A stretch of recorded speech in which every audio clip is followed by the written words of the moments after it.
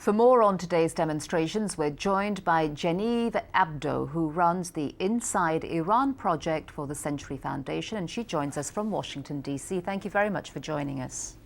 Thank you. What is the exact status of the opposition movement in Iran today, and is it even accurate to call it a movement?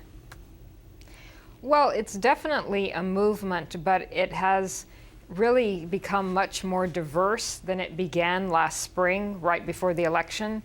And now, for example, the movement includes people who are very religious, who have historically been supporters of Ayatollah Khamenei, who are now against him. And it also includes, of course, the more westernized Iranians that we often see on American television. So back in the summer, it seemed to be somewhat amorphous. You're saying that that's no longer the case and it's much more broadly based?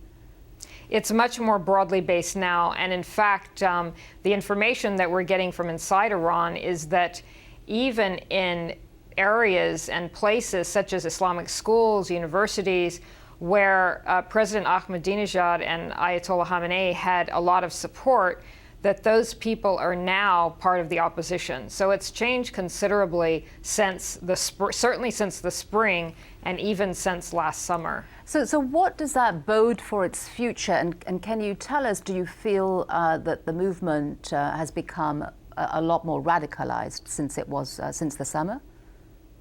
Well, that's a really interesting point. What has happened is that one of the many reasons that there are far fewer people on the streets today, I think the reports are a few thousand, compared with, say, in the summer when as many as 1 million people were demonstrating, is that there is a lot of intimidation from the security forces, the Revolutionary Guards. So the people that we're seeing on the streets now are really the more radical part of the movement.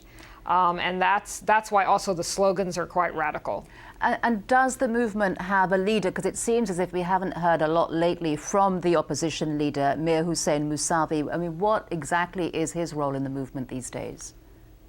Well, Mousavi and Mohammad Hatami have said, look, you know, the movement has even surpassed us, so please don't call us the leadership. But they like to be viewed as sort of the inspiration behind the movement. And so that's sort of how they characterize their role. They have a symbolic role, and they also believe that they are sort of inspiring the movement. Today, for example, there were statements made on Mr. Mousavi's website that basically encouraged people to go out and demonstrate.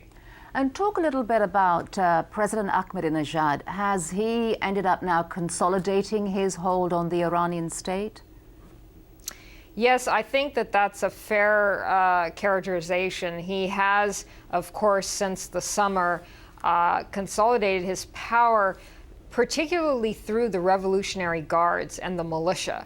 So I think that it is fair to say now that Iran is much more of a militarized state than it was last spring. And that military apparatus, of course, supports President Ahmadinejad. All right, Genevieve Abdo, thank you very much for joining us. Thank you, it's my pleasure.